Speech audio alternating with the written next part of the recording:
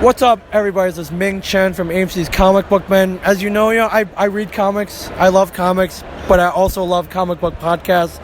Comic Relief Podcast, everybody. Live it, love it, listen to it, and listen to it again. And don't forget to subscribe and rate on iTunes. I love them.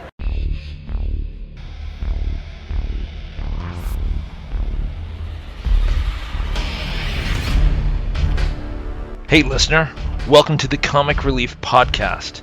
Hope you survived the experience. The Comic Relief Podcast is an unscripted discussion about the pop culture surrounding comic books with your host, Uncanny Thomas Logue.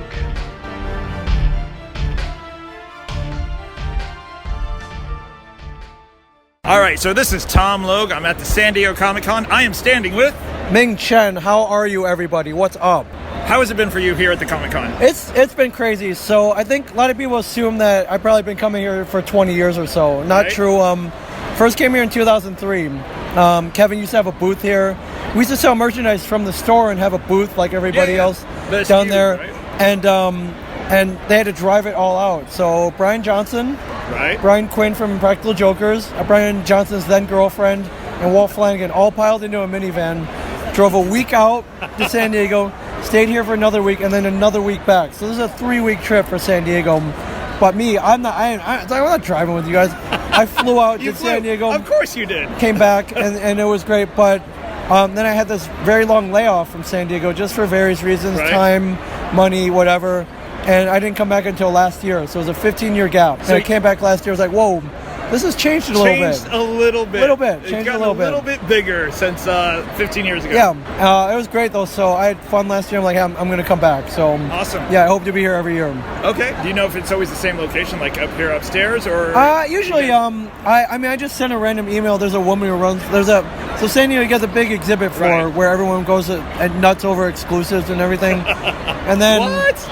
And then upstairs there's a whole autograph area. Right. And I try to do both actually. Like, why not cover everything? Yeah, that's very true. Yeah. This year, since it's been 15 years, have you met up with anyone that you're trying to meet with? Have you gotten? I have. Well, it's just you come here. This is when everyone comes to, right? So I made a big long list of all my friends who I had to visit.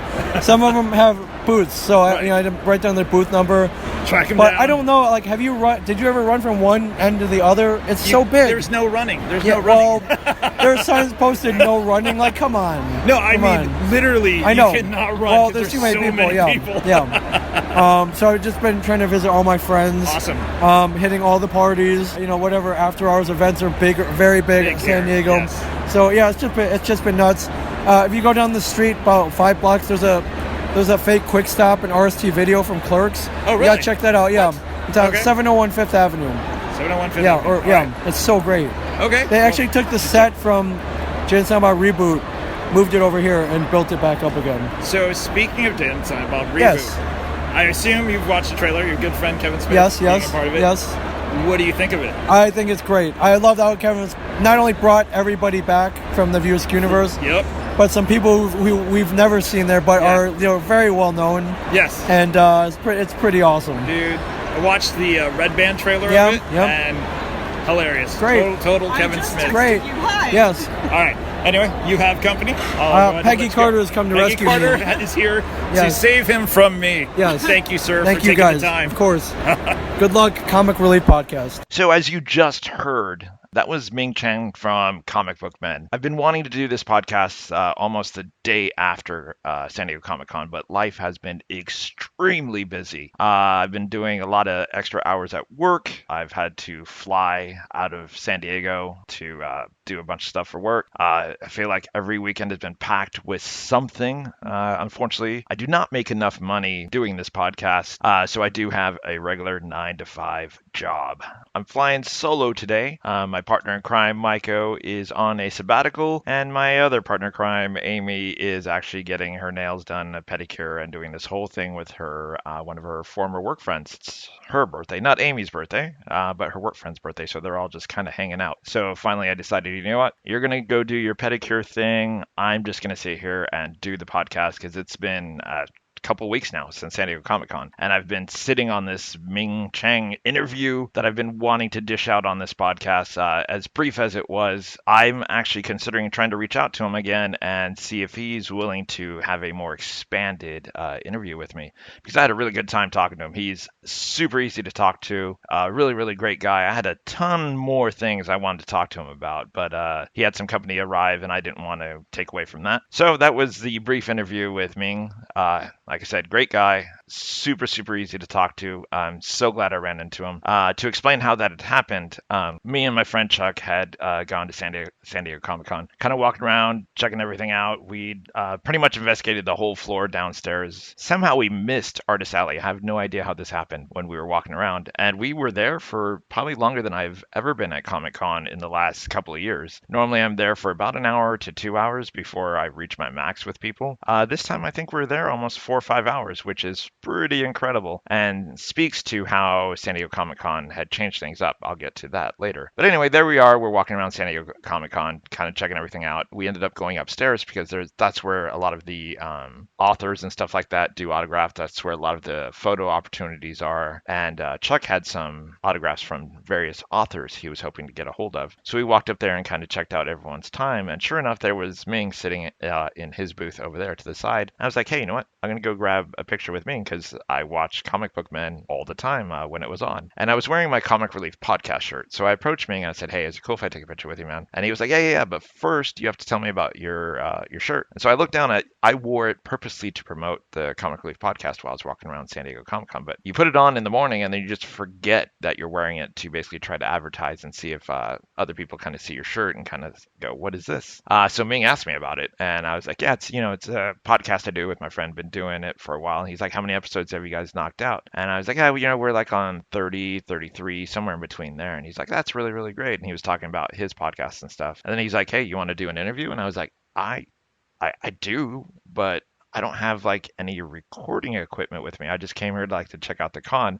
I never think that anyone's going to have the time or opportunity to actually want to stop and speak to me about doing something. So I never bring any equipment. And he's like, well, you just took a picture with your iPhone, right? I was like, yeah. And he's like, your iPhone has that memo thing. And I was like, you're right. Do you want to do this? And he was like, yeah, let's knock one out. So he was extremely kind. He's the one who offered the idea. My brain was blown. And then he's like, hey, let me do a bumper for your show. And I was like, what?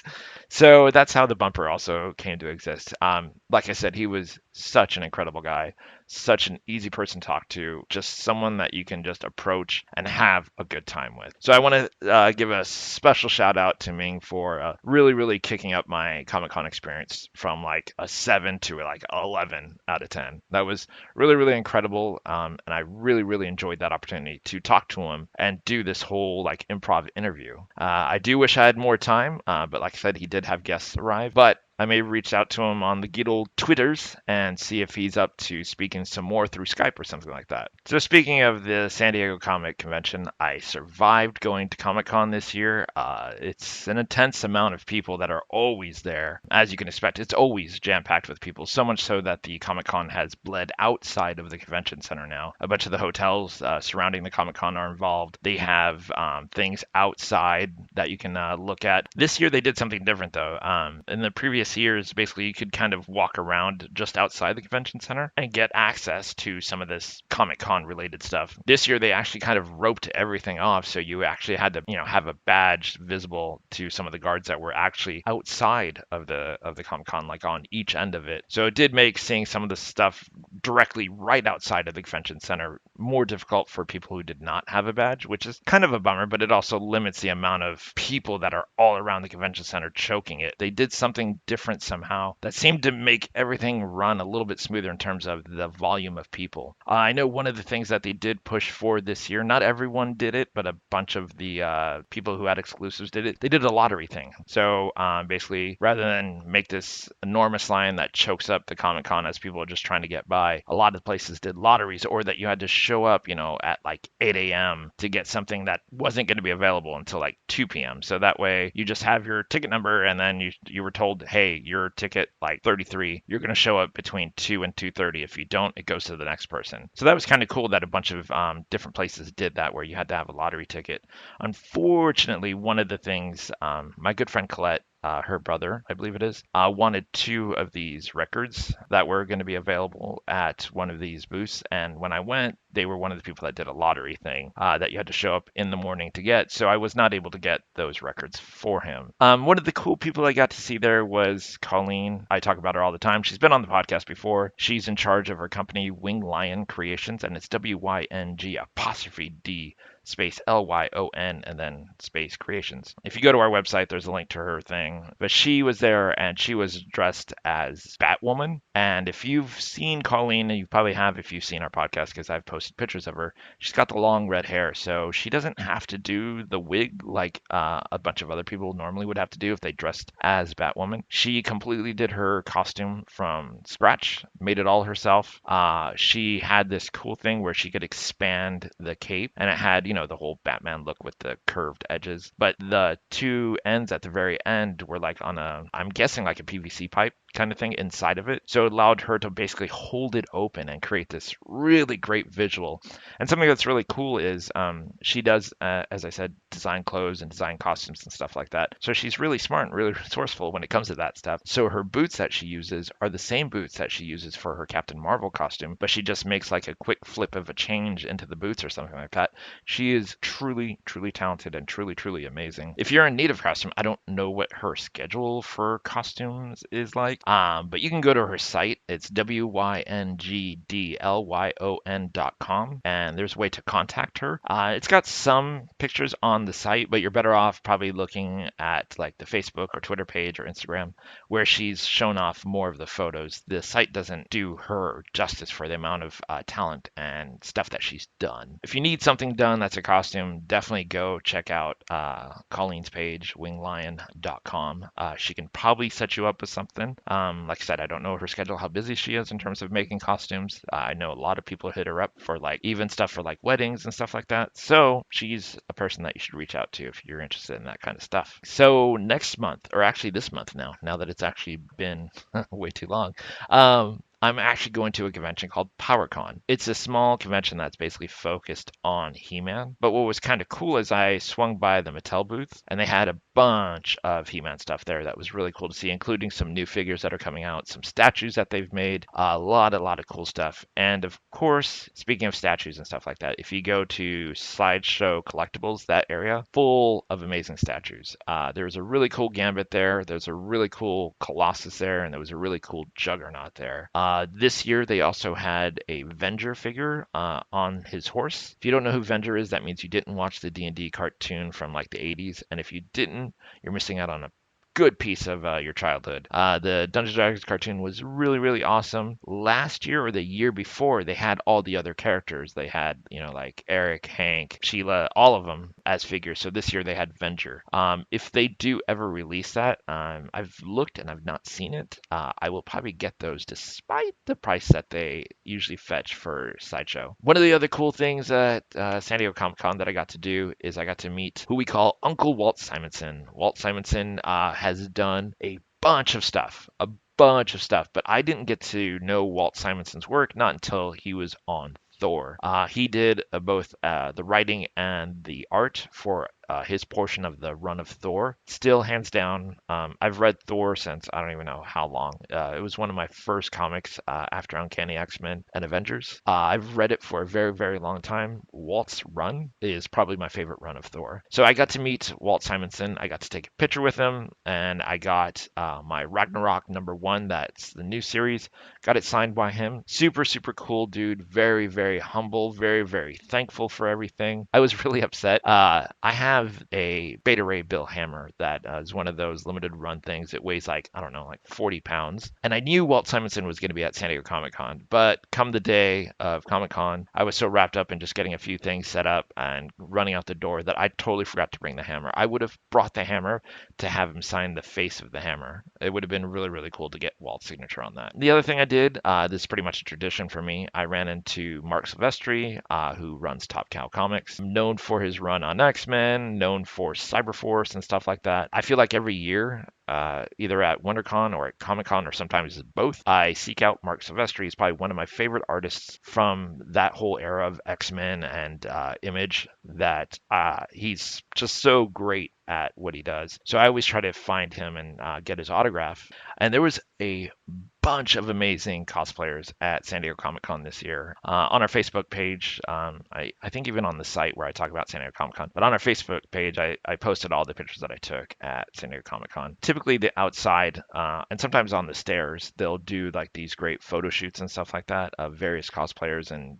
different themes. Like they'll get anyone who's an X-Men person and have them stand on these stairs and take a photo. Any DC characters take a photo, that type of thing. I do need to spend probably more time looking for cosplayers, taking the opportunity to take pictures of these people who spend so much time and so much talent into developing these really, really cool costumes. If you've walked around San Diego, you know it is very, very hot, especially in July. And these cosplayers are in costumes, often in leather and wigs and stuff like that, enduring this incredible heat to show off what they've made. And they definitely deserve some attention and deserve to have, their great outfits known and spread and seen and stuff like that. So I do need to make more of an effort of appreciating and taking more photos of these incredible cosplayers. So speaking of San Diego Comic-Con, Marvel basically released their quote-unquote next phase of movies. So let's talk about some of those. One of those, it looks like they're going to come out with a Black Widow movie. This has been hinted at for a long time now, and it looks like it's finally going to happen. It's going to be about Natasha, and I believe it'll also include Hawkeye, and it's basically going to be a reference to like a more of an origin story dating back to her role,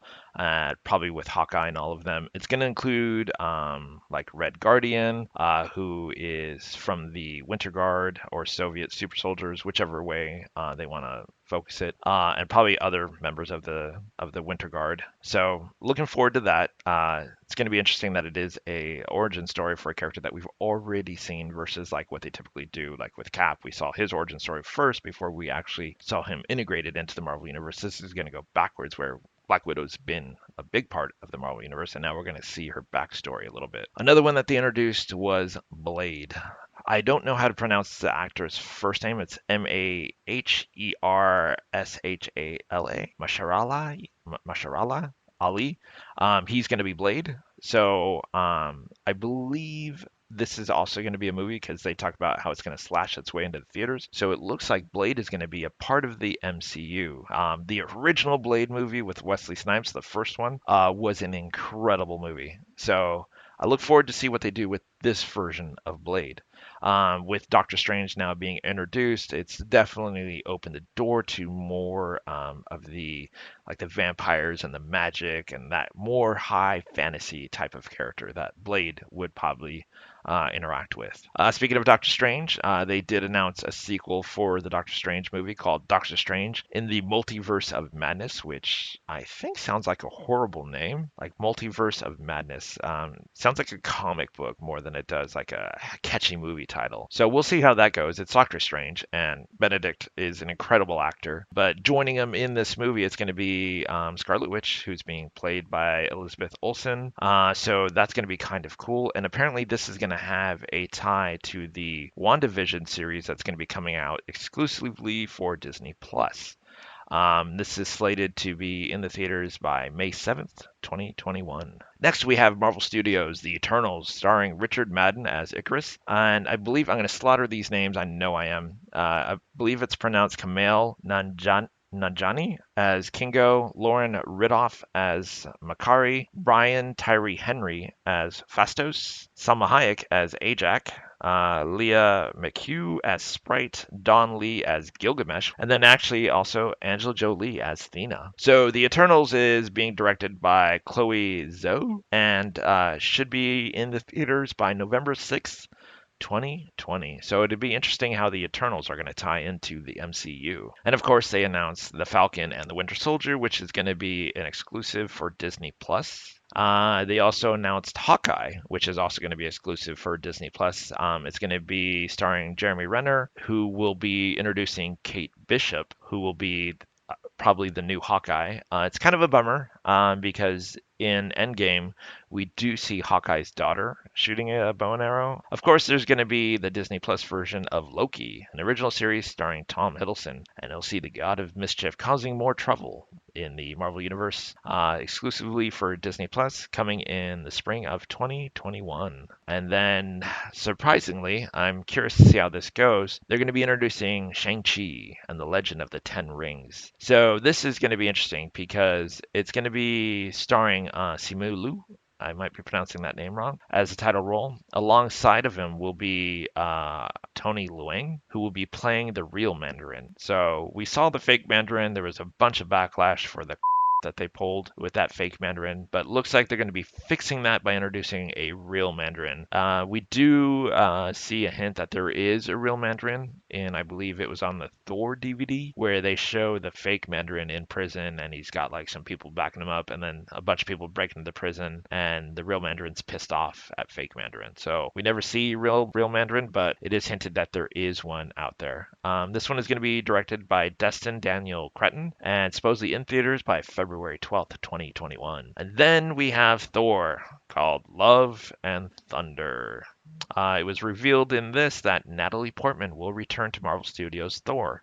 She'll be joining Chris Hemsworth and Tessa Thompson, who played Valkyrie. Takai returns as the director and confirmed that Jane Foster will become the mighty Thor, goddess of thunder. So I'm not going to lie, this is based off a story written by Jason Aaron, or if you want, it can date further back as to a what if where Jane Foster becomes Thor way earlier. But Jason Aaron essentially wrote a series where Thor becomes unworthy because someone whispers a secret in his ear and suddenly he can't pick up the hammer, and then Jane Foster comes along, picks up the hammer, and becomes Thor. I'm not going to lie, I love women power in comics. I love all these strong female characters that they've already introduced into the Marvel Universe. Jane Foster as Thor, when I read it, I got it, I picked it up because it is Thor. I made it about 3 issues in and I stopped. I did not enjoy Jason Aaron's interpretation. I also didn't enjoy Jason Aaron's interpretation of Thor himself. He did a series, I can't even remember what it's called now, of Thor where it's like his past, his present, and his future. This whole thing called, I think it was called The God Killer or whatever. Could not stand it. Overall, I don't think there's anything I've ever enjoyed from Jason Aaron other than a Nightcrawler series that brings Nightcrawler back from death. All his other stuff has not been for me. And it's not to say that it's bad, it's just not been for me. That said, the idea of this Thor where now Natalie Portman, who is playing Jane Foster, becomes Thor, I'm going to say right now, I'm probably not going to like it. But on the flip side, I couldn't stand Winter Soldier in Marvel Comics.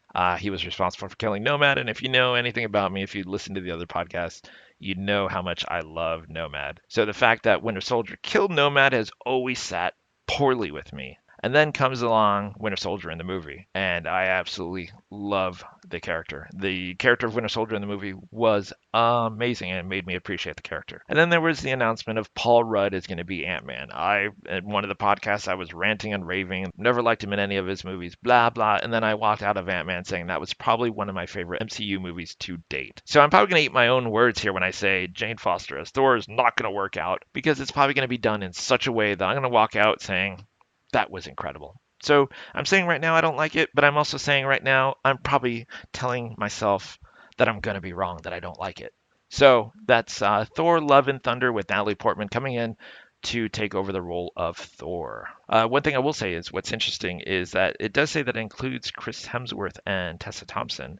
When we last see Thor at the end of Endgame, he was with the Guardians of the Galaxy. So I'll be interested to see how Thor is not with the Guardians of the Galaxy and somehow tied in with Love and Thunder. Next, I already talked about this earlier with the Doctor Strange. There is going to be a WandaVision show, which is going to tie Elizabeth Olsen, who's playing Scarlet Witch, and Paul Bettany, who is reprising his role as Vision, in a show exclusively for Disney Plus in the spring of 2021, which is called WandaVision. Part of this will tie into the Doctor Strange Multiverse of Madness. Also, coming in the summer of 2021, exclusively to Disney Plus, is a show called What If. It's going to be an animated series that basically does what the comic What If does, in which the Watcher appears and says, hey, in this multiverse of alternate realities, what if Phoenix had not died? Or what if Doctor Strange had not become the master of,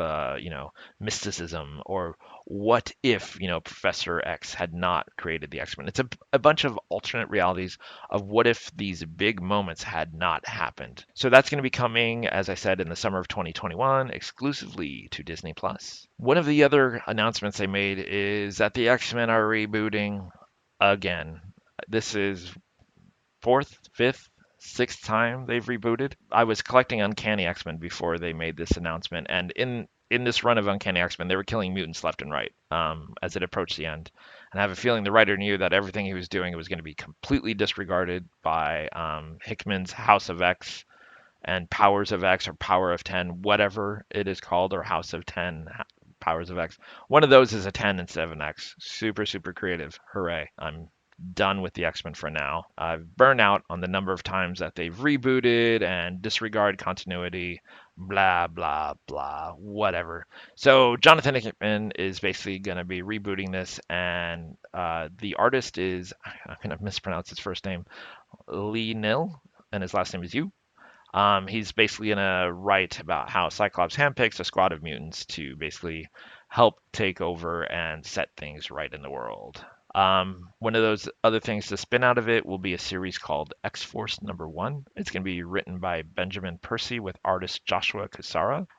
X-Force is basically the CIA of the mutant world, one half intelligence and special ops with Beast, Jean Grey, Sage on one side, and Wolverine, Kid Omega, Domino on the other. The cover does show some other figures in there. It does show what appears to be Black Tom Cassidy and Colossus. And then there's a series called Fallen Angels, which is going to be written by Brian Edward Hill with art by first name is Sisman and last name is Kundaski, probably slaughtering that, in which Psylocke finds herself in a new world of mutant kind, unsure of her place in it. But when a face from her past returns only to be killed, she seeks help from others to get vengeance. It'll be Cable and X-23 who join Quanon, so it's not Betsy, to go find out what is going on. And then they also announced New Mutants #1. Hickman and Reese continue with this. It's the classic New Mutants such as Sunspot, Wolfsbane, Mirage, Karma, Magic, and Cypher. They get together with new friends, Chamber and Mondo, from Generation X to seek out their missing member and share the good news, a mission that takes them into space alongside the Starjammers.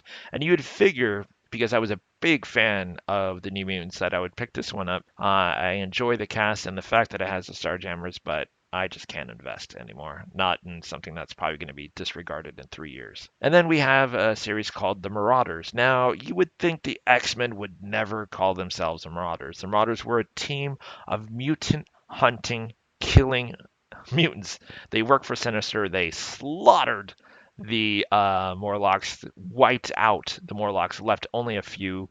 They nearly killed Nightcrawler. They nearly killed Kitty. But here we are with a series called Marauders #1. It's written by Jerry Dugan and artist Matteo Lolai. And it's basically Kitty leads a team of people who she goes by Captain Kate Pride, funded by Emma Frost and the Hellfire Trading Company.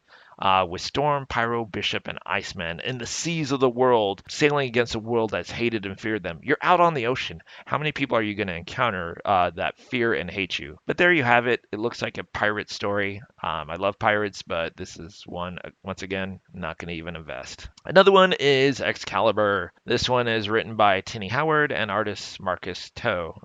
They join forces in shaping this whole new world or worlds actually, because they're going to be jumping around different ones. Can Captain Britain forge a new way through the chaos with Rogue, Gambit, Jubilee, Richter, and Apocalypse? So the current run of Uncanny X-Men that I already said that I was reading had come to an end. I was kind of glad because by the end they were just killing mutants left and right. As I said, the writer probably realized everything I do is going to get undone in Hickman's writing, so might as well just have fun killing mutants left and right. So as soon as that started happening and I saw the previews for what Hickman was doing, I felt like Uncanny X-Men pretty much became a what if, because they're just going to disregard everything that happened, both good and bad, and just reboot everything. So there's a wonderful soul on Twitter who runs the Daily X-Men Facts Twitter account. You can follow him at Daily X-Men Facts. He's a really, really great guy, super passionate about the X-Men. He loves everything that they do, doesn't seem to have the same hangups that I do. And I'm going to admit it, it's hangups. There's a certain quality that I look for in X-Men that I've not found in a long time. He enjoys each one as its own run, like treating each one, if it does reboot, almost like as if it's just a limited series. He's able to enjoy it for what it is. So I admit he's probably a better person into understanding what the comic book community is doing these days, as opposed to me, who's the old guy sitting on my front porch saying, "These aren't my X-Men." Even though I am not collecting what Hickman is doing, I'm still interested in what they do. In the event there is something there that does capture my interest to pull me back into the X-Men. But so far from what I've read, it's not doing it. When the Daily X-Men Facts posted something about the new Hickman stuff and basically kind of explained what was happening with their on Korra and their, Professor X is kind of strumming along. He has this big helmet over his head so you can basically only see from his nose down. He says, "Come to me, my X-Men." And suddenly, like, Cyclops and Jean are emerging out of pods, and we see a bunch of these dead X-Men suddenly alive. I had made the joke, like, oh, you know what? I guarantee you in 3 years, this is all going to be undone, and it's going to be revealed that it was Proteus. This is all some weird reality from Proteus.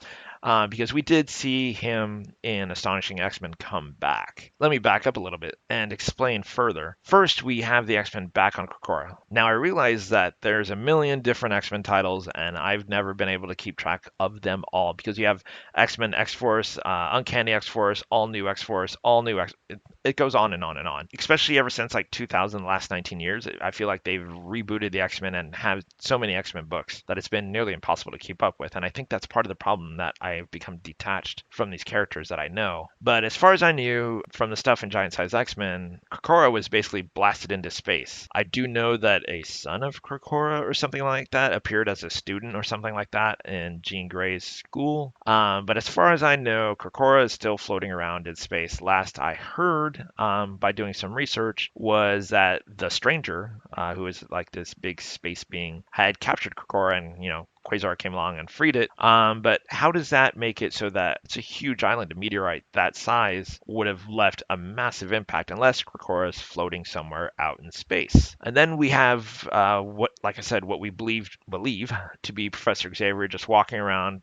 It's a really dumb costume. It's all black. It's this big helmet so you can only see from his nose to his mouth. It's got a big X on it. It's supposed to be Cerebro or whatever. And he basically says, "Come to me, my X-Men." And as I said, the X-Men are reborn out of these pods. When have you ever seen it? When someone's born out of a pod, it's a good thing. Then there's, as I said, the X-Men that we know that died, and somehow they're all back, popping up alive and well. And to make things a little more strange, some of these X-Men who are appearing in their old costumes. For example, Jean Grey is sporting like the green miniskirt with the yellow mask, which was like her Marvel Girl identity, like from a long time ago. So why would she be in that costume? So when I had started like putting all these things together, as I said, I replied to the Daily X-Men Facts and said, you know what? I think it's Proteus. I think this is all him, and this is all going to be revealed to be some big major like thing. And then I thought, what if it's actually Proteus who's taken over the mind of Legion? So you have Legion who has this fractured mind of how he remembers some of the X-Men, how he remembers some of the stuff, and perhaps Legion and Proteus are like at odds to try to fight each other, and through that this whole weird alternate reality or this weird thing has happened